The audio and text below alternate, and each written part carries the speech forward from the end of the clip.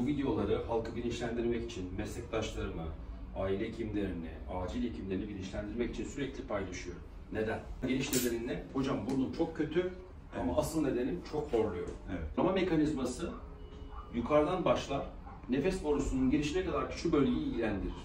Yani bir insan horluyorsa gece, burun, geniz, küçük dil, yumuşak damak, büyük dil, bademcikler, dil kökü hepsi işin içine giriyor.